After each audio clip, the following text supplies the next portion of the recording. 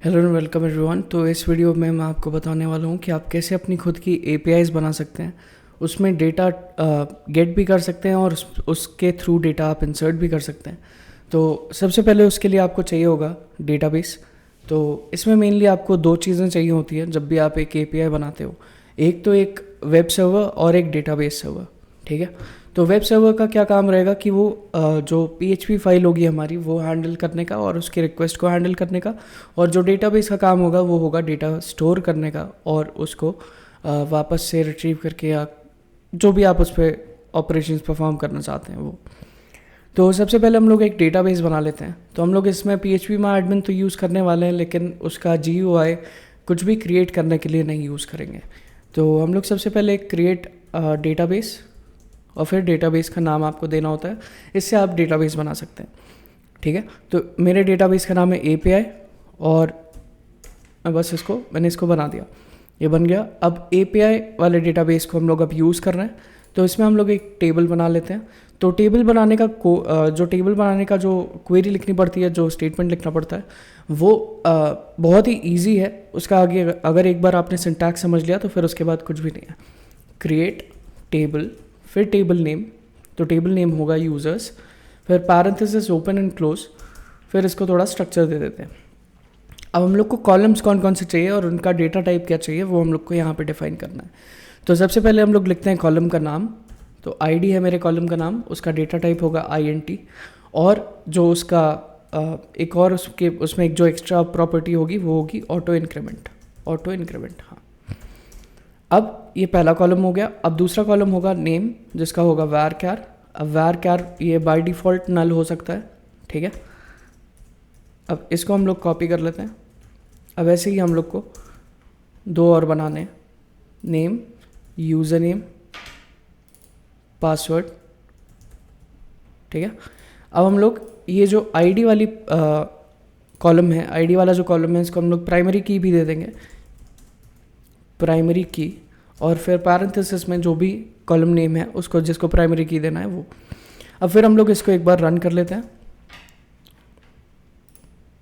varchar में हम लोग को उसका कैरेक्टर लिमिट भी डिफाइन करना पड़ेगा। तो हम लोग इसको मैक्स कैरेक्टर लिमिट डिफाइन कर देते हैं।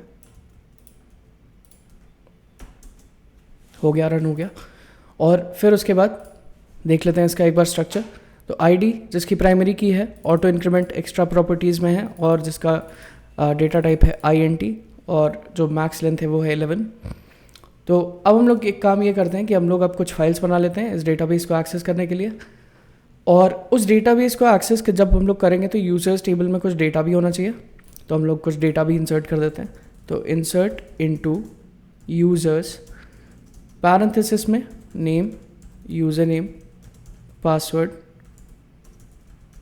और फिर वैल्यूज़ में इसमें हम लोग दे देंगे जो भी आपको नेम्स या कुछ भी आपको एंटर कराना है।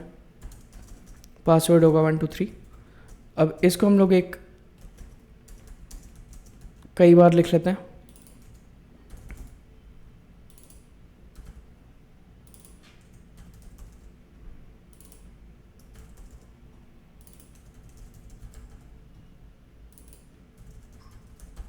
ओके। तो ये हम लोग ने डेटा अपना रेडी कर दिया है। अब इसको हम लोग इंसर्ट कर देंगे। तो ये सारा डेटा इंसर्ट हो चुका है। तो हम लोग को क्या करना है कि हम लोग को एक एपीआई बनानी है, जिसमें कि हम लोग एक डेटाबेस जो बनाया है अभी ऑलरेडी, उसको एक बार हम लोग कनेक्ट करेंगे और उससे सारा डेटा हम लोग फेच करके लेके आएंगे। ठीक है। तो एक connect.php करके एक फाइल बनाते हैं जिसमें कि डेटाबेस कनेक्टिविटी होगी। तो PHP डायरेक्टिव्स को ओपन और क्लोज कर लेते हैं, और इसमें हम लोग एक वेरिएबल लेते हैं कनेक्शन, mysqli_connect। तो ये हम लोग के ये जो फंक्शन है ये 4 पैरामीटर्स को एक्सेप्ट करता है। वो 4 पैरामीटर्स हैं server name, server user, user password और डेटाबेस नेम। तो सर्वर नेम है लोकल होस्ट, इसकी जगह आप 127.0.0.1 भी डाल सकते हैं। तो ये मैंने ऐसे ही लिखा है, तो इसको आपको लिखने की कोई ज़रूरत नहीं है। या तो आप ये यूज़ कर सकते हैं या तो आप ये यूज़ कर सकते हैं, कोई भी आप यूज़ कर सकते हैं, दोनों चलेगा। रूट, फिर पासवर्ड अगर आप जैम्प यूज़ कर रहे हैं और या आपके अपने लोकल सिस्टम पे है तो फिर आपको पासवर्ड कोई डालने की ज़रूरत नहीं है, क्योंकि बाय डिफ़ॉल्ट एम्प्टी होता है। अगर आपने सेट करके रखा है तो फिर आप इसमें पासवर्ड लगा सकते हैं, ठीक है। और फिर उसके बाद जो लास्ट पैरामीटर वो डेटाबेस का नाम होगा। वो डेटाबेस का नाम क्या था, API। इसको आप बाय डिफ़ॉल्ट कुछ भी मतलब एम्प्टी भी दे सकते हैं, और इसको बल्कि अगर आपको नहीं देना तो आप नहीं भी दे सकते हैं, बाकी आपको बाद में आपको सेलेक्ट करना पड़ेगा डेटाबेस। तो MySQL कनेक्ट कर लिया इससे, API डेटाबेस से। और अब हम लोग एक फ़ाइल बना लेते हैं api.php। अब api.php में connect.php को इंक्लूड कर लेंगे, क्योंकि डेटाबेस कनेक्शन हमारा उसी में। connect.php को इंक्लूड कर लिया। अब एक बार वेरीफाई कर लेते हैं कि कनेक्शन काम कर रहा है कि नहीं। अब बाय डिफ़ॉल्ट MySQL_connect जो रिटर्न करता है वो होता है ट्रू या फॉल्स में, मेनली कि कनेक्ट हुआ या नहीं हुआ। तो अगर हो गया तो कनेक्टेड लिख देंगे। और एक बार हम लोग वेब सर्वर पे जाते हैं और api.php पे जाके देखते हैं, तो कनेक्टेड, ओके। तो अब हम लोग डेटाबेस तो कनेक्ट कर चुके हैं। अगर और कोई एरर आता है इसमें, जैसे API में कुछ API कर दिया, तो अब इसमें आएगा कि MySQL ये फेटल एरर आ गया कि अननोन डेटाबेस APIs, ठीक है। तो मतलब इस टाइप से आपको एरर आएगा, तो फिर वो सारी चीज़ें मतलब वो आप उसमें इसको आप देख सकते हैं वैसे उस टाइप से, ठीक है। तो अब हम लोग को क्या करना है कि हम लोग उसको रिमूव कर देते हैं, और फिर अब हम लोग इसमें एक राउटिंग को डिफ़ाइन कर लेते हैं। अब राउटिंग का ये मतलब होता है कि API फाइल आप जब भी बनाते हैं तो आप किसी एक चीज़ के लिए ऐसी डेडिकेटेड API फाइल तो बनाते हैं, लेकिन आप सारी APIs को अगर एक ही फाइल में अगर आप रखेंगे तो आपके लिए मैनेज करने में उसको ईजी होगा, एज वेल एज जो भी नेक्स्ट डेवलपर आएगा उसके लिए भी ईजी होगा कि सारा कुछ एक ही API फाइल में है, तो उसको कई जगह चेंजेस नहीं करने पड़ेंगे। तो इसमें राउटिंग सेट करने, सिंगल API फाइल अगर आप यूज़ कर रहे हैं, मे बी नेक्स्ट वीडियो में आपको डेडिकेटेड APIs कैसे बनाते, डेडिकेटेड APIs में कुछ नहीं होता है, अगर मैं आपको भी आगे एक एग्जांपल दे दूंगा कि डेडिकेटेड APIs आप कैसे बना सकते हो, ठीक है। तो राउटिंग डिफाइन करने के लिए बहुत ईजी है, कुछ नहीं करना होता। डिफाइन राउटिंग, तो एक वेरिएबल ले लेते हैं पेज करके, इसमें हम लोग देंगे $_get, और वो गेट के अंदर होगा पेज, ठीक है। तो अब हम लोग यहाँ पे एक एरर आ रहा है हम लोग के सामने कि वार्निंग आ रही है एक्चुअली कि अनडिफाइंड आ रहा है कि पेज, ठीक है। तो पेज को सेट कर देते हैं list_users या यूज़र्स, ठीक है। तो अब वो एरर जा चुका है। तो हम लोग ऐसा क्या कर सकते हैं कि ये एरर आना ही नहीं चाहिए। तो इसके लिए हम लोग को क्या करना पड़ेगा, इसके लिए हम लोग को यहाँ पे एक चेक लगाना पड़ेगा कि ये जब इसमें कोई वैल्यू सेट हो तभी वो डेटा इसमें डिस्प्ले करे, नहीं तो नहीं करे, ठीक है। एको पेज करा देते हैं यहाँ पे, तो जो भी डेटा हम लोग के पास आएगा उसमें पेज में वो एको हो जाएगा। तो अब जैसे पेज इक्वल्स यूज़र्स हम लोग करते हैं तो यूज़र्स एको करा देगा और यहाँ पे यूज़र्स डिस्प्ले होने लगेंगे, ठीक है। तो अभी हम लोग को क्या करना है कि एक चेक लगाना है। तो चेक लगाने के लिए इसको टर्नरी इफ़ में ले लेते हैं। टर्नरी इफ़ लिखना कोई बहुत बड़ा काम नहीं है, तो ये टर्नरी इफ़ में लिख दिया। अब इसमें एक फंक्शन आता है प्री डिफाइंड, जो कि इस सेट ये चेक करता है कि अगर ये सेट है या नहीं। $_ इसको रिक्वेस्ट कर देते हैं, फिर मैं आपको बताऊंगा क्यों किया। फिर जब ये टर्नरी ऑपरेटर का स्टार्टिंग है और एंडिंग है, तो जैसे ही हम लोग ये करते हैं टर्नरी इफ़ का, तो जो टर्नरी ऑपरेटर हम लोग को लगाना है इसके जस्ट बाद कि मतलब इफ़ अगर ये वाली जो कंडीशन है अगर ट्रू होती है तो हम लोग को क्या करना है। तो हम लोग को कुछ नहीं करना है, $_ रिक्वेस्ट और फिर उसके बाद इसमें पेज नेम पास कर देना है। एल्स हम लोग लिखते हैं इसमें कोलन से, एल्स जो बाय डिफ़ॉल्ट उसकी वैल्यू होगी, अगर वो सेट नहीं है तो उसकी होगी एम्प्टी, ठीक है। हम लोग एक एको करा लेते हैं, तो पेज एम्प्टी हो गया, वो वाली वार्निंग चली गई है। अब हम लोग उस पेज पे जाते हैं यूज़र्स, तो हम लोग यहाँ डिस्प्ले देख सकते हैं कि यूज़र्स पेज से ऐसे डिस्प्ले हो रहा है, ठीक है। तो अब इसमें हम लोग मल्टीपल APIs कैसे बना सकते हैं। यूज़र्स एक ये हो गई, ठीक है, एक यूज़र्स की API हो गई, एक हो गई लॉगिन की API, ठीक है, एक हो गई रजिस्टर की API। इस टाइप से हम लोग की मल्टीपल APIs बनती चली जाएंगी इसी पेज में, ठीक है। तो हम लोग आज इस वीडियो में मैं सिर्फ आपको 2 APIs बताऊंगा, एक तो इसमें डेटा कैसे आपको इंसर्ट करना है और दूसरी उसको रिट्रीव कैसे करना है। तो सबसे पहले हम लोग इंसर्ट का बना लेंगे, इफ़ पेज इक्वल्स रजिस्टर, ठीक है। तो पेज इक्वल्स रजिस्टर, इसमें कुछ हम लोग चीज़ें ले लेते हैं, जैसे कि क्या क्या डिटेल्स आने वाली है। तो नेम आने वाला है हम लोग के पास, यूज़र नेम और पासवर्ड आने वाला है, ठीक है। तो नेम $_request और नेम ये ले लिया, user name password, user name password, तो ये सारी चीज़ें हम लोग के पास आ गई। अब हम लोग इसमें इसको एक एको करा के देख लेते हैं, नेम रजिस्टर। अब इसमें नेम जो कि नहीं सेट है तो हम लोग नेम को सेट कर देते हैं, टेस्ट। तो अभी यही एपीआई हम लोग अब एक बार पोस्टमैन से हम लोग टेस्ट करके देखते हैं। पोस्टमैन क्या है? पोस्टमैन एक सॉफ्टवेयर है जिससे कि हम लोग एपीआई की टेस्टिंग और बाकी सारी चीज़ें कर सकते हैं। एक ही सिंगल प्लेटफॉर्म से आप मल्टीपल टाइप के आप रिक्वेस्ट भेज सकते हैं और अपनी एपीआई को थ्रू आउट आप चेक कर सकते हैं, ठीक है। तो इसको अलाउ कर देते हैं और अब हम लोग क्या करेंगे कि हम लोग एक इसमें URL पास करेंगे, http localhost API series API.php। अब एक बार इसको सेंड करके देखते हैं रिक्वेस्ट को कि कुछ आ रहा है। तो empty आ रही है रिक्वेस्ट, मतलब कि अगर इसमें कुछ और डालते हैं तो हम लोग के सामने आ जाएगा 404 नॉट फाउंड। तो मतलब empty आ रही है, इसका ये मतलब है कि ये सही से काम कर रहा है, ठीक है। अब इसमें पैरामीटर्स हम लोग जो पास करेंगे वो होगा पेज, जो कि होगा रजिस्टर। अब रजिस्टर में भी हम लोग के पास कई एरर्स आ रहे हैं, नेम, यूज़र नेम और पासवर्ड, तो उस पर भी सेम वैलिडेशन चेक लगा देते हैं। तो हम लोग को इसमें क्या करना है, बस इसमें ये पेस्ट कर देंगे और फिर जो भी इसमें ये डेटा होगा ये एज इट इज़ इसमें आ जाएगा। एक सेकेंड,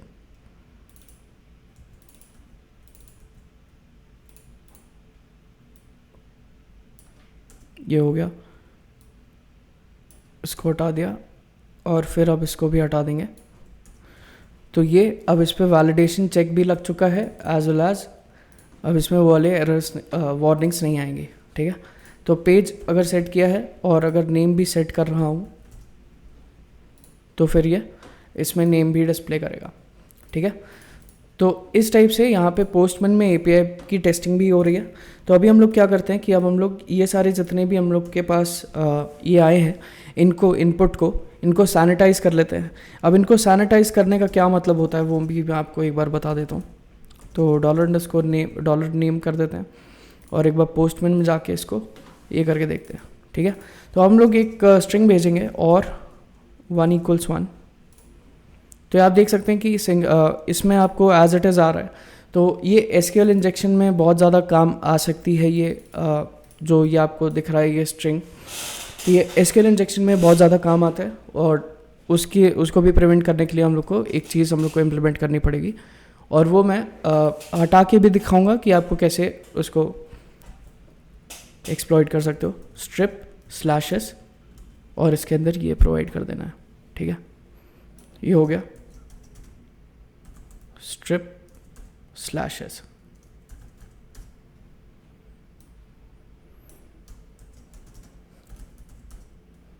स्ट्रिप स्लैशेस,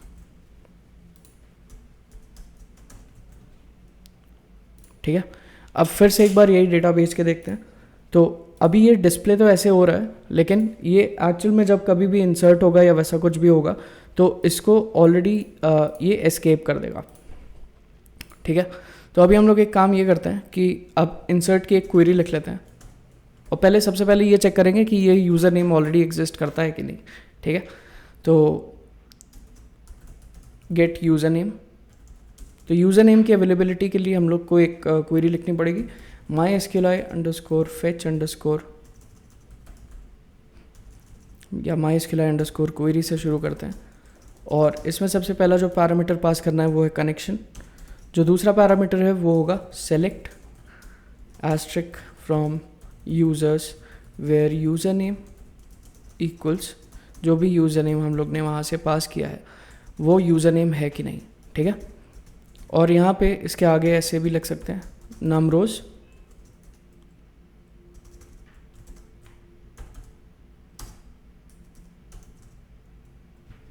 एक बार गेट यूज़र नेम को एको करा लेते हैं।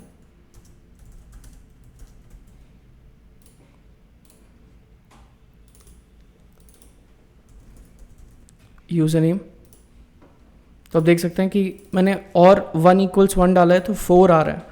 तो इसका ये मतलब है कि ये जो ये है इसका एसक्यूएल इंजेक्शन वो प्रॉपरली उसमें काम कर गया।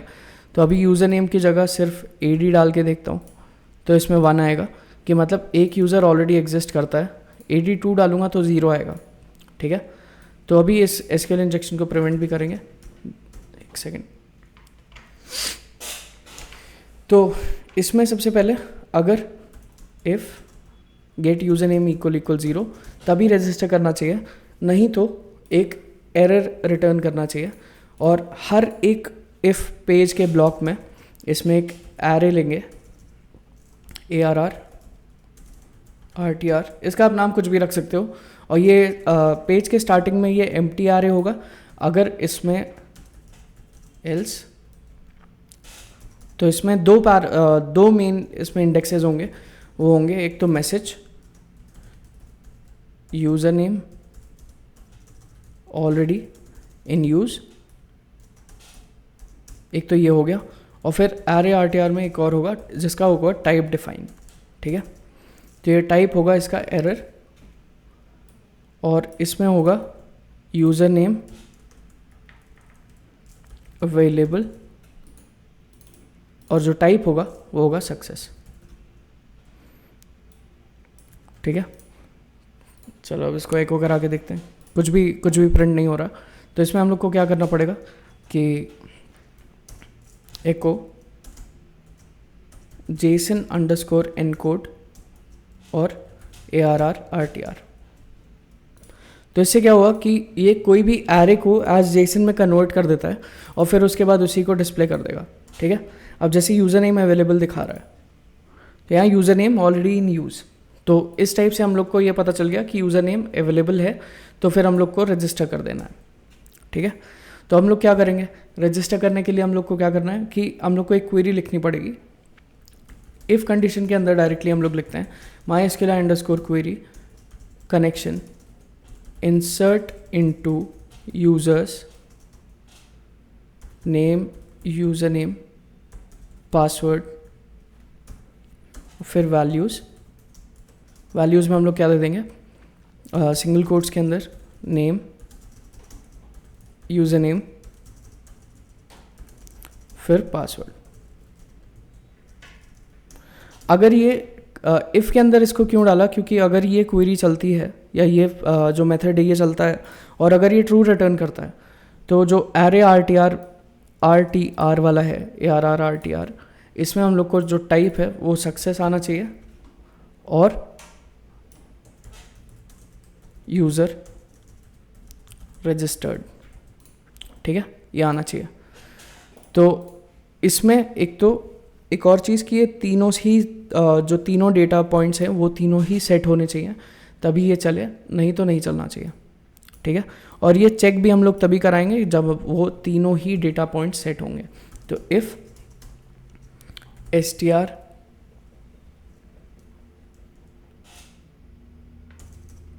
तो एक सेकेंड, तो अब इसमें क्या करेंगे कि str लेंथ हम लोग ले लेंगे नेम, ये >0 होनी चाहिए, एंड str लेंथ इसमें हम लोग ले लेंगे यूज़र नेम जो कि होनी चाहिए >0, और एक और एंड लगाएंगे str लेंथ पासवर्ड जिसकी लेंथ होनी चाहिए 0।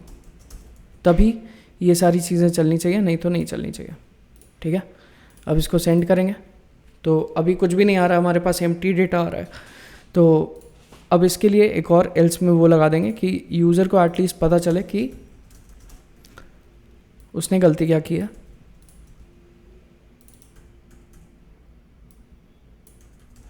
All fields are required.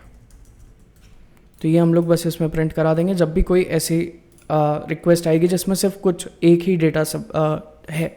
ठीक है, तो यूज़र नेम फिर नेम, तो नेम में होगा ये, और जो पासवर्ड होगा वो होगा 1 2 3।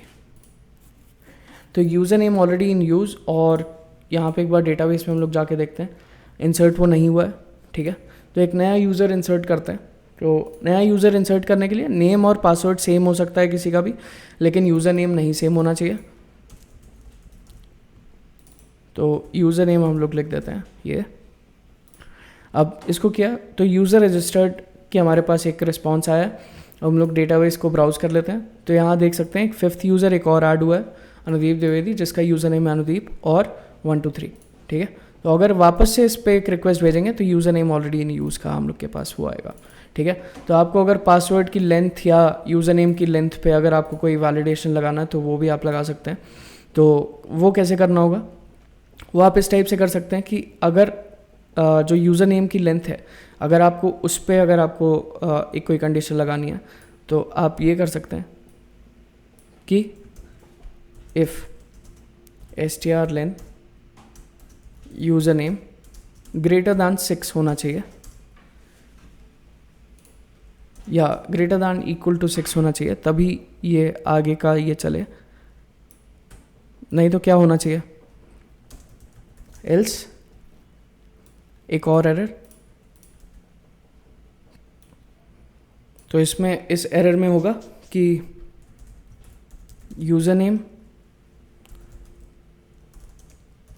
Should be at least 6 characters.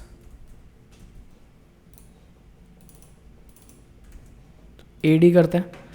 तो एडी में ही ये सबसे पहला ही ये कर देगा कि ये यूज़र नेम की जो लेंथ है वो should be at least 6 characters.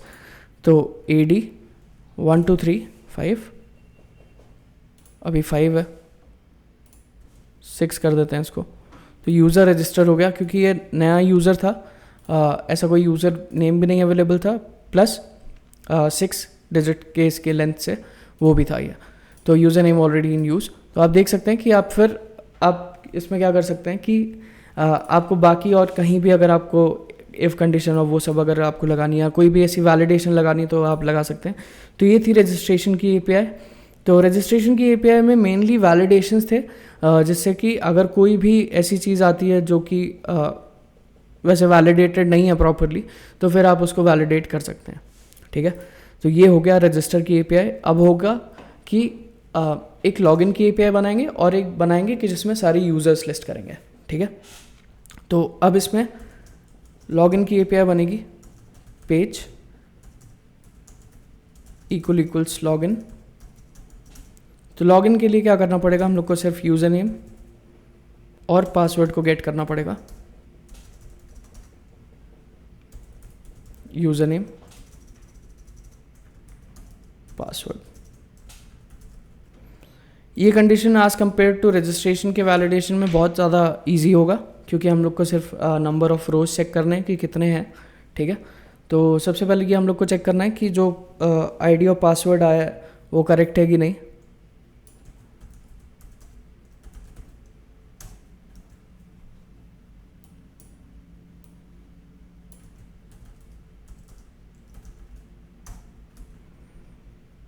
ये हो गया। अब इन दोनों पे हम लोग क्या करेंगे कि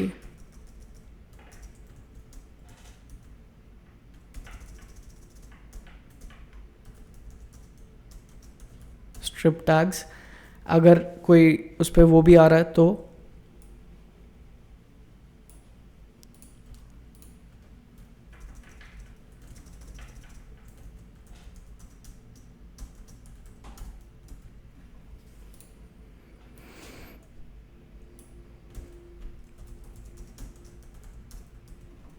ठीक है। तो इसमें और ज़्यादा आपने सिक्योरिटी आपने इंक्रीज़ कर दी।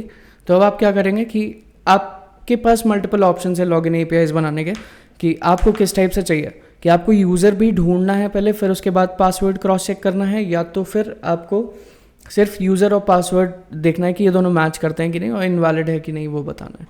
तो अगर आपको ये चेक करना है कि जस्ट इनवैलिड है कि नहीं यूज़र, वो उतना बताना है, तो वो बहुत आसान है।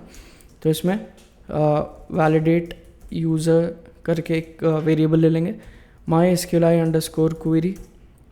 MySQLi_query में सेम जो यहाँ पे था, select asterisk from users where user name equals जो भी यूज़र नेम आ रहा है वहाँ से, एंड पासवर्ड इक्वल्स जो भी पासवर्ड आ रहा है, ठीक है।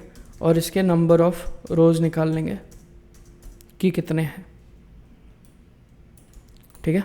और एरे आरटीआर को एक काम करते हैं कि पेज कॉमन बना देते हैं, मतलब कि सॉरी जो इस पूरे पेज में ये चीज़ कॉमन रहेगी, तो ये इसको हम लोग कहीं से भी एक्सेस कर सकते हैं, तो हम लोग को बार बार नहीं बनानी पड़ेगी वो चीज़, ठीक है। तो इफ़ वैलिडेट यूज़र अगर इक्वल्स 1 है, ठीक है, तो जो मैसेज का टाइप होगा वो होगा यूज़र फाउंड, एल्स इसमें एरर इनवैलिड यूज़र नेम और पासवर्ड, ठीक है, ये हो गया। अब फिर उसके बाद echo JSON underscore encode array आरटीआर, ये हो गया। तो अब एक बार हम लोग लॉग इन करके एक बार इसको पोस्ट में भी चेक कर लेते हैं। तो पहले ये सारे पैरामीटर्स हटा देते हैं और बॉडी में भेजते हैं डेटा, फॉर्म डेटा में पेज इक्वल्स रजिस्टर, ऐसे नहीं भेजा जाता, एक सेकेंड, ऐसे page equals register all fields are required, ठीक है। और अगर बाय डिफ़ॉल्ट पेज कुछ भी अगर नहीं भेजते हैं तो एम्प्टी आएगा, कुछ भी नहीं आएगा डेटा। अब पेज हम लोग को भेजना है लॉगिन, ठीक है। तो लॉगिन में अब हम लोग के पास एरर आ रहा है कि अनडिफाइंड आ रहा है कि यूज़र नेम और पासवर्ड, ठीक है। तो फिर वही सेम हम लोग को चेक लगाना है,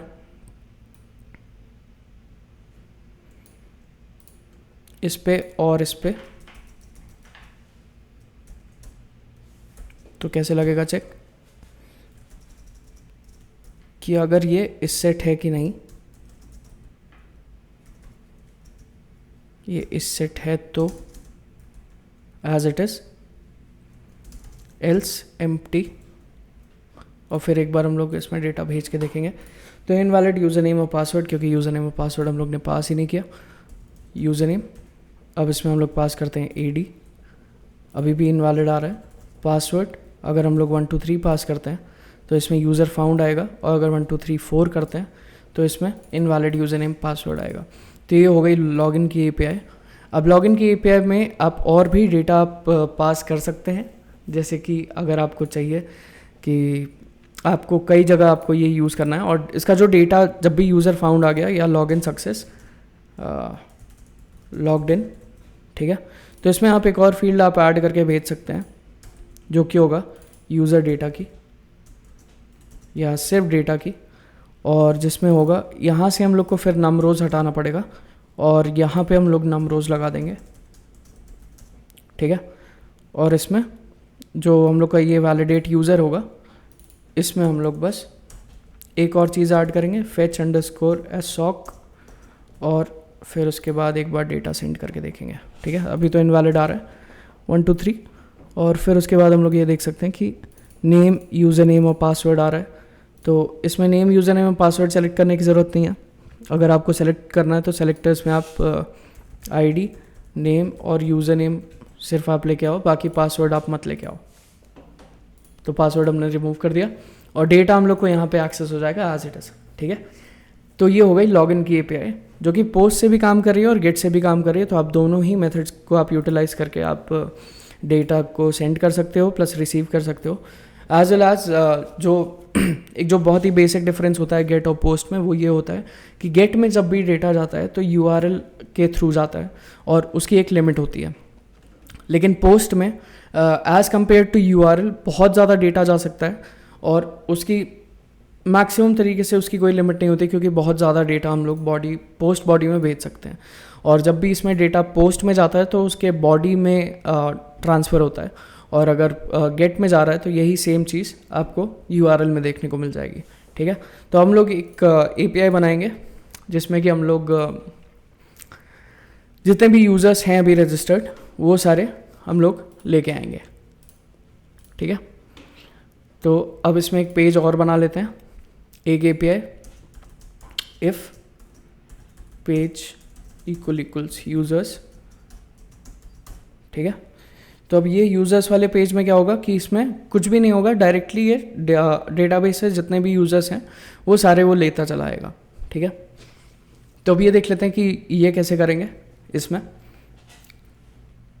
तो अब इसके लिए गेट यूज़र्स नाम का एक वेरिएबल बनाया, MySQLi_query लिखा, फिर कनेक्शन पास करने के बाद select ID name user name password, ये सेलेक्ट कर लिया। पासवर्ड नहीं सेलेक्ट करना एक्चुअली, इस वजह से हम लोग ने ऐसे सेलेक्टर्स में लिखा है, फ्रॉम कौन सी टेबल से, यूज़र्स, बस। और जो भी लेटेस्ट यूज़र्स होंगे वो आने चाहिए हम लोग के ऑर्डर बाय आईडी डिसेंडिंग, वो सबसे पहले आने चाहिए, ठीक है। तो अब यहाँ पे एको जेसन एनकोड, और फिर उसके बाद इसको हम लोग क्या करेंगे कि MySQLi_fetch_all ये, और फिर उसके बाद इसमें हम लोग पास कर देंगे MySQLi_assoc, और फिर इसको जस्ट हम लोग जेसन एनकोड में पास कर देंगे, ठीक है। अब यूज़र्स वाले पेज में हम लोग जाके देखते हैं, यहाँ बस यूज़र्स लिख देंगे, इन दोनों को हम लोग हटा देते हैं। ओके, तो यूज़र्स हम लोग ने कैपिटल में लिख दिया, यूज़र्स को स्मॉल में लिखते हैं और सेंड करते हैं। तो हम लोग के पास सारा डेटा आ गया। आप देख सकते हैं कि अब इसको और भी तरीके थे इसको फेच करने के, लेकिन सबसे ज़्यादा जो एफिशिएंट तरीका था, जो सिंगल लाइन में हो सकता था, वो यही था कि आप इसमें देख सकते हैं कि अभी ये जो डेटा आ रहा है उसमें कोई भी ऐसा वो नहीं है कि ये 6 जो है ये क्या है, इसकी मतलब आईडी है, ये नेम है, ये जो पासवर्ड है। तो ये हमको तो पता चल जाएगा, लेकिन जो एंड यूज़र होगा या जो एंड डेवलपर होगा जिसको ये एपीआई एक्सेस करनी है, उसको कैसे पता चलेगा। तो इसको हमेशा ऑब्जेक्ट के फॉर्म में हम लोग को देना चाहिए। तो हम लोग को इसमें कॉमा करके MySQLi_assoc भी आप लगा सकते हो, और आप इसमें MySQLi_numRows भी लगा सकते हो कि आपको अगर नंबर ऑफ रोज चाहिए कि कितने यूज़र्स हैं, ठीक है। तो अब आप इसमें अगर आप देखोगे पोस्टमैन के रिजल्ट में, तो आपको देखने को मिलेगा कि ये ऑब्जेक्ट की वैल्यू पेयर में आ गया। तो ये इसकी की है, मतलब ये इसकी आईडी है 6, और जो इसका नेम है वो है ये, तो उसकी वैल्यू आ गई, ठीक है। तो एपीआई पार्ट हमारा रेडी हो चुका है, ये सारा एपीआई पार्ट रेडी हो चुका है। तो अब हम लोग एक बेसिक सा एप्लीकेशन बनाने को रेडी हैं, ठीक है। index.html, अब index.html में हम लोग बनाएंगे सारी चीज़ें, ये कर लेते हैं। तो index.html अब लोड हो चुका है। गेट बूटस्ट्रैप, तो बूटस्ट्रैप का हम लोग बेसिक वो यूज़ करेंगे। HTML पहले लिख लेते हैं, यूजर्स या API सीरीज, ठीक है।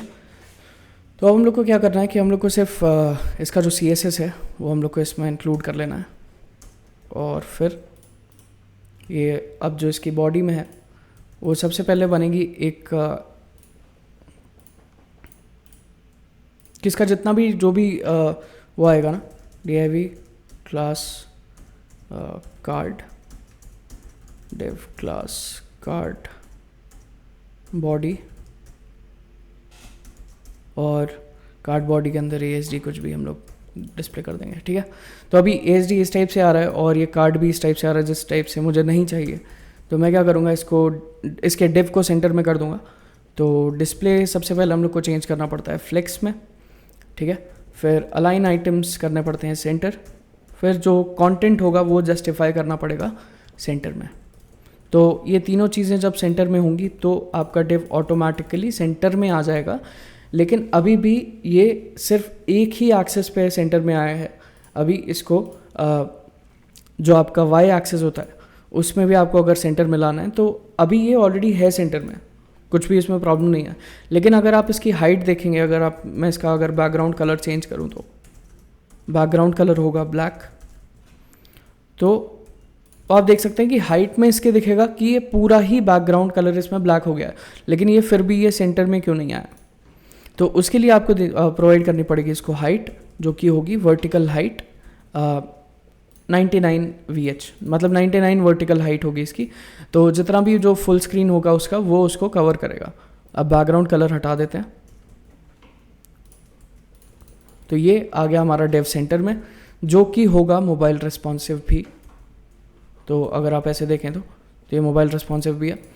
तो अब हम लोग इसमें एक बेसिक एक लॉगिन फॉर्म बनाएंगे, एक रजिस्ट्रेशन और एक डैशबोर्ड बनाएंगे, जिससे कि आप सारा डेटा एक्सेस करके वहाँ पे ला सकते हैं। ठीक है, तो हम लोग स्टार्ट करते हैं लॉगिन फॉर्म से। तो इसमें एक डिव दे देंगे, डिव की आईडी दे देंगे लॉगिन, और जो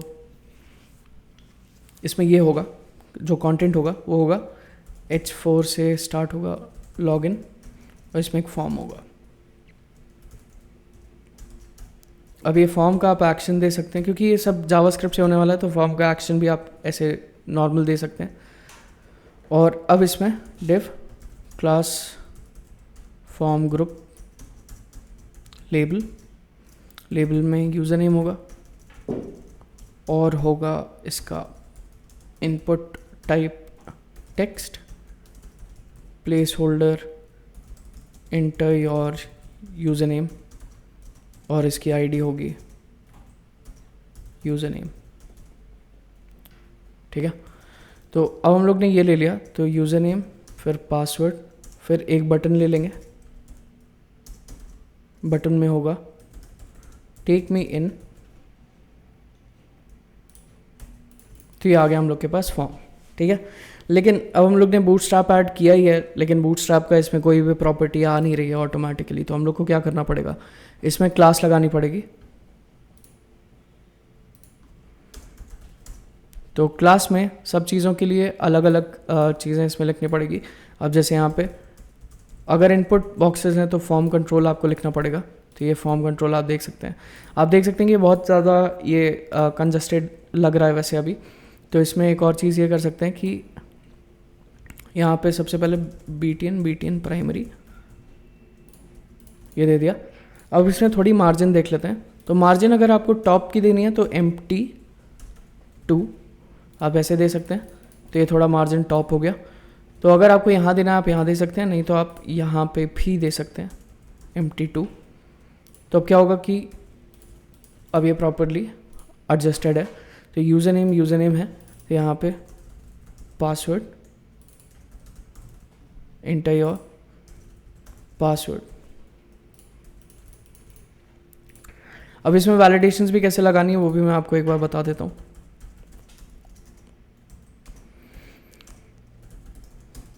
पहले इसकी विड्थ 100% कर देते हैं। ठीक है, तो अभी टेक मी इन क्लिक करने पे कुछ भी नहीं हो रहा है। ठीक है, तो अब लोग टेक मी इन करने पे एक यहाँ पे अब स्क्रिप्ट लिख देते हैं। यहाँ पे स्क्रिप्ट टैग शुरू करते हैं, स्क्रिप्ट टैग क्लोज कर दिया। विंडो डॉट ऑन लोड पे जब भी विंडो पूरे तरीके से लोड हो जाएगी, फिर उसके बाद हम लोग एक मैसेज को प्रिंट कराएंगे कि कंटेंट लोडेड। अब थोड़ा कंसोल की भी हम लोग को ज़रूरत पड़ेगी, तो हम लोग कंसोल में भी देख लेंगे कि ये कंटेंट लोड हो चुका है। जब भी पूरी तरीके से विंडो लोड हो जाएगी फिर तभी ये आपको कंसोल में ये मैसेज दिखेगा। तो अब इसको हम लोग हटा लेते हैं, क्योंकि सारी मेन प्रोसेसिंग होगी यहाँ पे, मेन प्रोसेस। अब यहाँ पे कुछ वेरिएबल्स ले लेंगे, जैसे var user name document dot get element bye ID, और जो उसकी आईडी हम लोग ने दी थी वो दी थी यूज़र नेम। ये सेम चीज़ हम लोग इसमें कॉपी कर लेंगे, और जो कि होगी पासवर्ड। ठीक है, और जब भी इस बटन पे क्लिक होगा तो ऑन क्लिक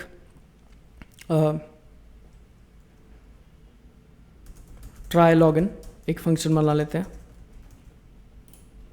और जितने भी फंक्शंस और जो भी कुछ हम लोग डिक्लेयर करेंगे वो विंडो डॉट ऑन लोड के बाहर ही डिक्लेयर करेंगे। अगर यूज़ करना होगा तो विंडो डॉट ऑन लोड के अंदर यूज़ कर सकते हैं, लेकिन ऐसे हम लोग यूज़ नहीं करेंगे, मतलब उसमें डायरेक्टली डिक्लेयर नहीं करेंगे। तो कंसोल डॉट लॉग और फिर यूज़र नेम डॉट वैल्यू हम लोग एक बार चेक कर लेते हैं। ठीक है, तो यूज़र नेम में जो भी वैल्यू होगी वो यहाँ पे कंसोल होनी चाहिए, तो जो कि हो रही है कंसोल देख सकते हैं। ठीक है, तो कंसोल में हम लोग के पास डेटा तो आ रहा है, जो डेटा वहाँ से आना चाहिए।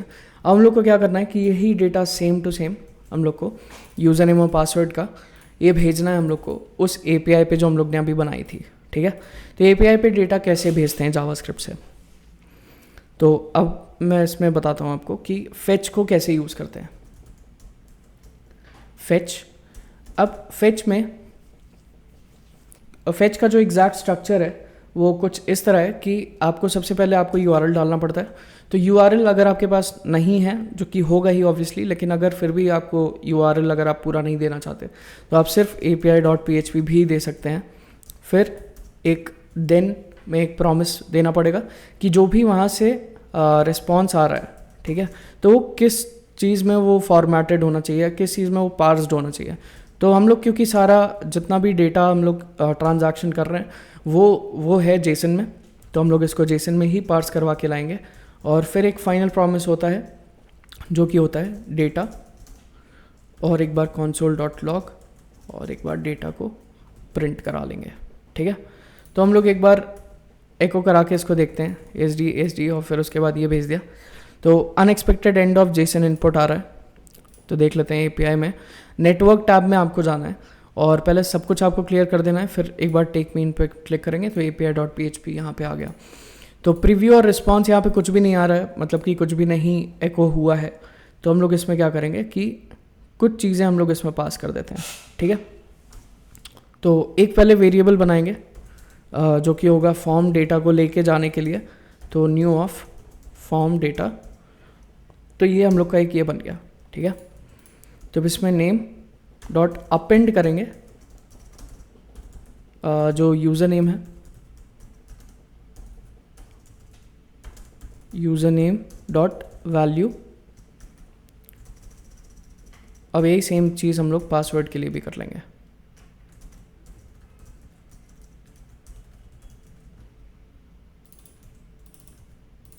ठीक है। ये हो गया। अब हम लोग को फॉर्म डेटा इसमें भेजना है, तो कैसे भेजेंगे? पोस्ट से अगर आपको गेट से भेजना है तो बहुत इजी है कि पेज आपने ये लॉगिन कर दिया और फिर एंड यूज़र नेम इक्वल्स इस टाइप से, लेकिन ये बहुत ही ये सिक्योर तरीका नहीं है इसको भेजने का, तो हम लोग पोस्ट से भेजेंगे। तो मेथड जो होगा वो होगा पोस्ट। तो इसी URL को कॉमा करके, पहले ही पैरेंथेसिस में URL को कॉमा करके, इसमें कर्ली ब्रेसेस स्टार्ट और एंड, एक ऑब्जेक्ट हम लोग भेजते हैं और इसकी बॉडी में जाएगा ये फॉर्म डेटा, ठीक है। अब हम लोग इसमें एक और चीज़ पहले एक बार टेस्ट कर लेते हैं इसको कि AD और 1 2 3, तो टेक मी इन पे क्लिक करेंगे तो देखते हैं क्या आता है। Can not read properties of value null, तो मतलब या तो ये पासवर्ड को गेट नहीं कर पा रहा है क्योंकि पासवर्ड है ही नहीं, ID हम लोग ने गलत दी थी, AD और 1 2 3, और आ रहा है हम लोग के पास अनएक्सपेक्टेड आउटपुट, क्योंकि अभी भी अब कुछ नहीं आ रहा है क्योंकि हम लोग ने पेज ही नहीं सेंड किया है, ठीक है। तो हम लोग को पेज सेंड करने के लिए बस यहाँ पे पेज लिखना पड़ेगा, या तो आप यहाँ पे लिख सकते हैं या तो आप डायरेक्टली यहाँ पे भी लिख सकते हैं, पेज इक्वल्स लॉगिन, ठीक।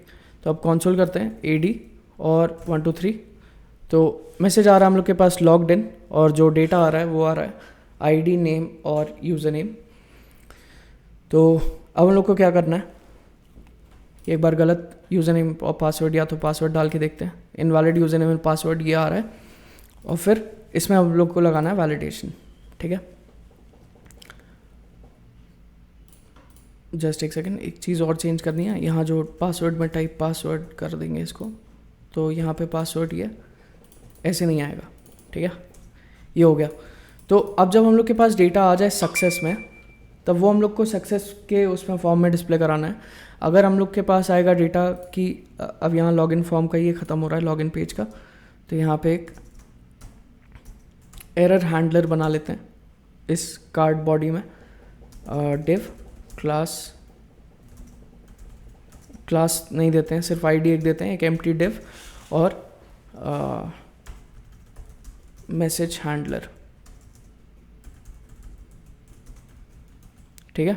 और इसी का एक हम लोग वेरिएबल बना लेते हैं, document dot get element by ID, message handler दे दिया। अब क्या करेंगे कि जब भी कोई डेटा इसमें रिस्पॉन्स में आएगा तो हम लोग मैसेज हैंडलर की स्टाइल जो है उसको इसके स्टाइल को बाय डिफ़ॉल्ट डिस्प्ले नन दे देंगे, और फिर जो बाद में इसकी स्टाइल को हम लोग चेंज कर देंगे, डिस्प्ले नन को हटा देंगे हम लोग, ठीक है। तो अब अगर ये है if data dot type equals success, ठीक है। तो क्या होना चाहिए, मैसेज की इसका जो स्टाइल है वो तो होना ही चाहिए, प्लस इसमें जो इनर HTML है उसमें डेटा डॉट मैसेज आना चाहिए, कि जो भी वहाँ से मैसेज आएगा वो एज इट इज़ आएगा। ये एज इट इज़ होना चाहिए जो, क्योंकि दोनों के लिए ही ये सेम होगा।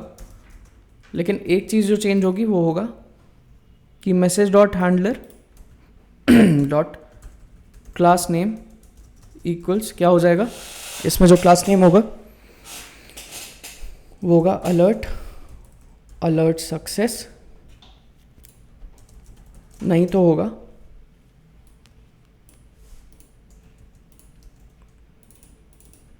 Alert danger. तो हम लोग देख लेते हैं कि क्या एग्जैक्ट हम लोग के पास रिस्पॉन्स आएगा। तो ASD डालते हैं, ASD take mean invalid user name और पासवर्ड, हम लोग के पास एक मैसेज आया। अब इसको भी हम लोग थोड़ा एक और क्लास देते हैं,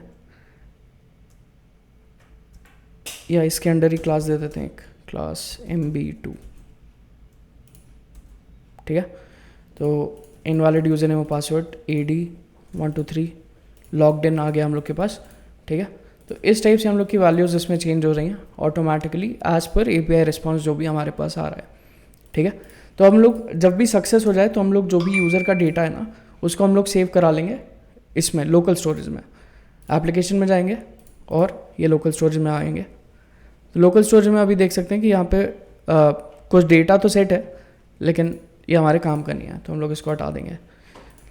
तो अब हम लोग क्या करेंगे कि अगर सक्सेस है तो local storage dot set item, ये होगा नेम, तो डेटा डॉट नेम, क्योंकि वो यूज़र का नाम यहीं से आएगा, यूज़र ID और user name, user ID name और यूज़र नेम, यहाँ यूज़र नेम डाल देंगे, यहाँ डाल देंगे ID, और फिर इसको कर लेंगे एक बार रीलोड।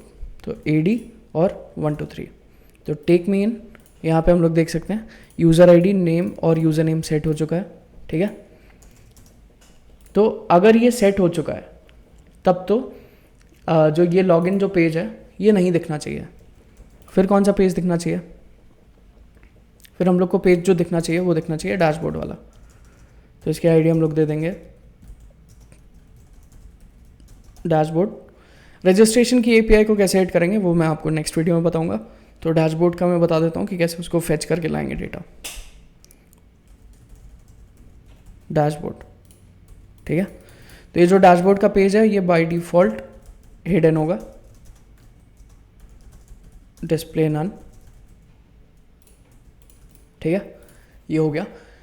तो अब हम लोग क्या करेंगे कि हम लोग चेक कर लेंगे कि अगर उसमें सेट है डेटा लोकल स्टोरेज में, तो if local storage dot gate item, इसमें अगर यूज़र अंडरस्कोर ID अगर अनडिफाइंड है तो कंसोल लॉग एक बार करके देखेंगे, user not logged in, else console dot log user logged in. तो कंसोल में एक बार देख लेते हैं कि यूज़र अभी लॉग इन कर चुका है। तो एक बार लोकल स्टोरेज हम लोग क्लियर करके देख लेते हैं। लोकल स्टोरेज क्लियर कर दिया, ये किया, तो अभी भी यूज़र लॉग्ड इन आ रहा है। तो अब देख लेते हैं क्यों। तो यहाँ पे तो अभी कुछ भी सेट नहीं है, तो यहाँ पे इसको एक बार नल करके देखते हैं, यूज़र नॉट लॉग्ड इन, ठीक है। तो अभी यूज़र नॉट लॉग्ड इन आ रहा है, AD किया, 1 2 3 किया, और अब यूज़र लॉग्ड इन आ रहा है, ठीक है। तो बाय डिफ़ॉल्ट ये अगर नल नहीं होना चाहिए, अगर ये नल है तो इसका ये मतलब है कि यूज़र ने लॉगिन नहीं किया है। और जो इसका हम लोग को जो पेजेस लेने हैं, तो 2 पेजेस ले लेते हैं हम लोग।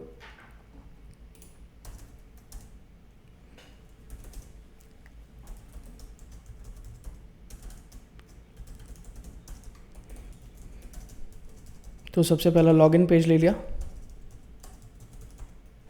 ये आ गया लॉगिन पेज। और फिर जो दूसरा पेज आ जाएगा वो आ जाएगा पेज अंडरस्कोर डैशबोर्ड। तो ये डैशबोर्ड ले लिया, ठीक है। तो अब हम लोग को क्या करना है कि अगर लॉग्ड इन नहीं है तो जो डैशबोर्ड वाला है उसकी जो स्टाइल है वो कर देनी है डिस्प्ले नन, और जो पेज लॉगिन है उसकी स्टाइल कर देनी है एम्प्टी, जिससे कि वो दिखने लगेगा।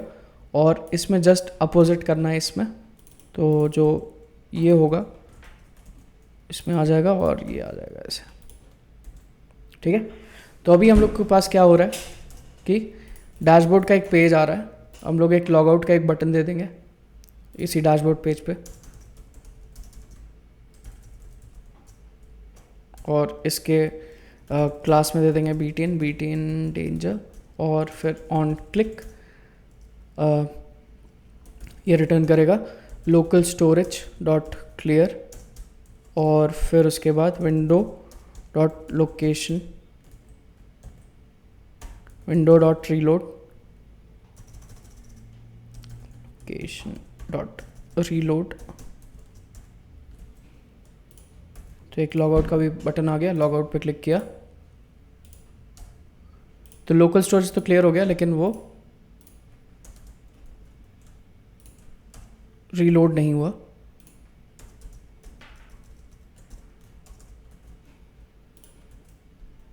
AD 1 2 3 टेक मी इन,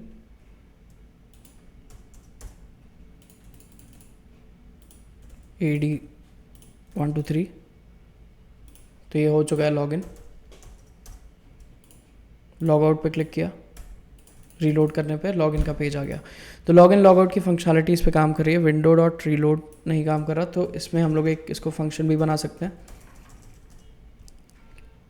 वो फंक्शन होगा फंक्शन लॉगआउट, और लॉगआउट फंक्शन में होगा सबसे पहले लोकल स्टोरेज क्लियर और सेट टाइम आउट। जो सेट टाइम आउट तो कैसे लिखेंगे कि एक फंक्शन ले लेंगे और इसमें window dot location dot reload ये कर दिया, जो कि होना चाहिए 1200 मिली सेकेंड्स पे, और इसमें आना चाहिए एक अलर्ट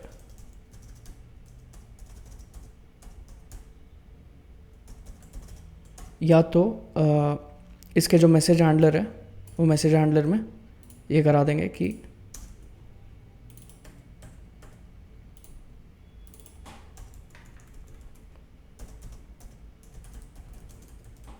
लॉग्ड आउट, और जो इसका क्लास है क्लास नेम वो रहेगा अलर्ट अलर्ट डेंजर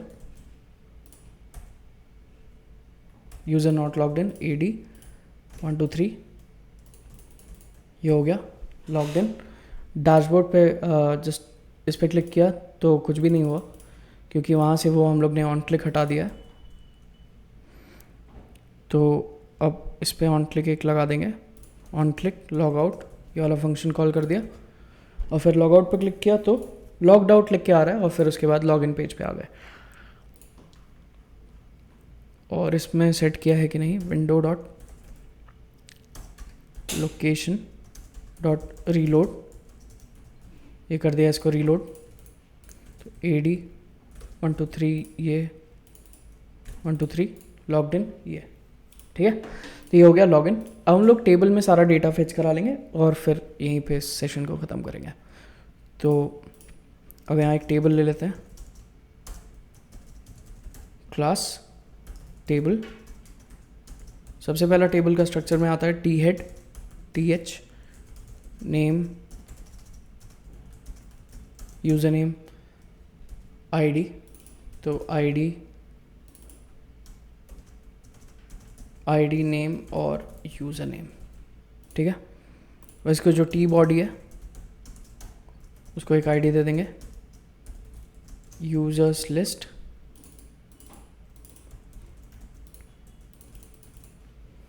तो ये आ गया। अब इसमें एक और चीज़ ये करनी है कि जब ये यूज़र्स लिस्ट होगी, ये भी एक कंपोनेंट है, document dot get element bye ID, users की लिस्ट को फेच करेंगे।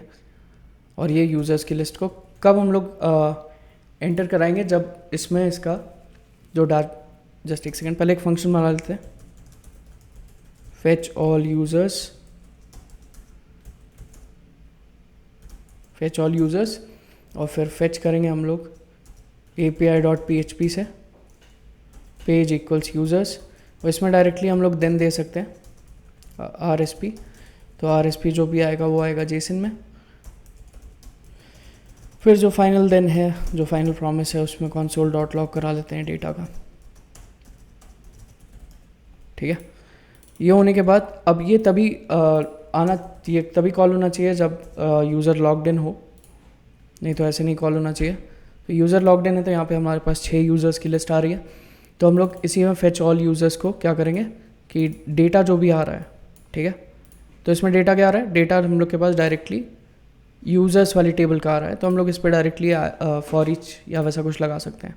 ठीक है, तो इसमें हम लोग को क्या करना है कि डॉट मैप या डॉट फॉर ईच, ये फॉर ईच लगा सकते हैं, डेटा डॉट फॉर ईच, इसमें जो भी इसका एलिमेंट है, तो इसको मैं पूरा ही लिख के दिखाता हूँ, डॉट फॉर ईच, और फिर उसके बाद इसमें जो भी एलिमेंट है वो, और फिर ये। ठीक है, तो हम लोग को इसमें क्या करना है कि यूज़र्स की जो लिस्ट है, सबसे पहले फेच ऑल यूज़र्स को, जो इसमें जो इनर HTML है उसको पहले एक बार, चलो पहले एक बार डायरेक्टली इंसर्ट ही कराते हैं, inner HTML equals to back text में ये देंगे, जिसमें कि हम लोग को फ्रीडम मिल जाए थोड़ा कि हम लोग अपने हिसाब से कैसे भी फॉर्मेट करके लिख सकें। ठीक है, TD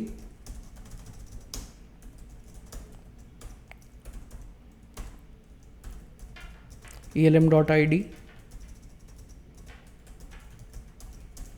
नेम और यूज़र नेम।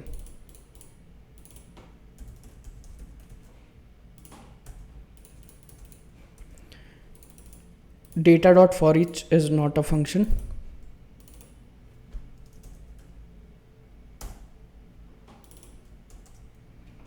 फॉर ईच में हम लोग ने कैमल केसिंग में गलती कर दी, ईच का ई कैपिटल रहेगा। तो इसमें आ रहा है एक यूज़र, लेकिन ये लास्ट यूज़र आ रहा है, तो वो लास्ट यूज़र हम लोग को नहीं चाहिए, हम लोग को सारे यूज़र्स चाहिए। तो इसमें हम लोग ने गलती क्या किया कि इक्वल टू लगाया, इसको बस अपेंड कर देंगे और ये फिर सारे यूज़र्स की लिस्ट हम लोग के पास आ गई। ठीक है, ये हो गया। अब लॉग आउट किया, लॉग्ड आउट, अभी यूज़र्स की लिस्ट हो या कुछ भी नहीं फेच हो रहा है, टेस्ट 1 2 3 इनवैलिड यूज़र नेम और पासवर्ड। तो हम लोग लॉग इन करते हैं VS के यूज़र नेम से, 1 2 3 लॉग्ड इन, हम लोग सारा डेटा फेच कर सकते हैं। ठीक है, अब इसमें हम लोग एक और चीज़ कर सकते हैं कि अपने जो जिस यूज़र से हम लोग लॉग्ड इन है उसको हम लोग एक्सक्लूड कर दें। तो इसमें हम लोग ID पास कर देंगे equals two plus local storage dot gate item, और इसमें यूज़र अंडरस्कोर ID ये हम लोग ने पास कर दिया। ठीक है, तो जब भी हम लोग फेच करेंगे ID को, जब यूज़र्स को, तो हम लोग इसमें एक ID भी फेच करेंगे कि जिसमें ID 2 है। ठीक है, और यहाँ API में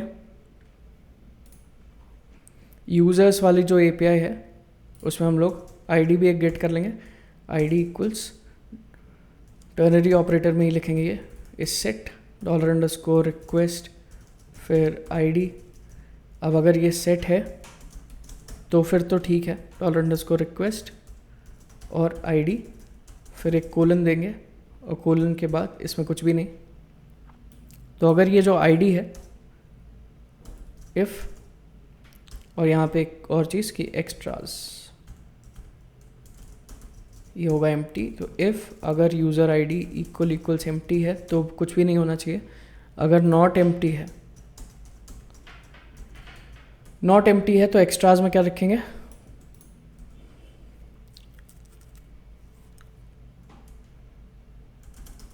एक्स्ट्रास में लिखेंगे वेयर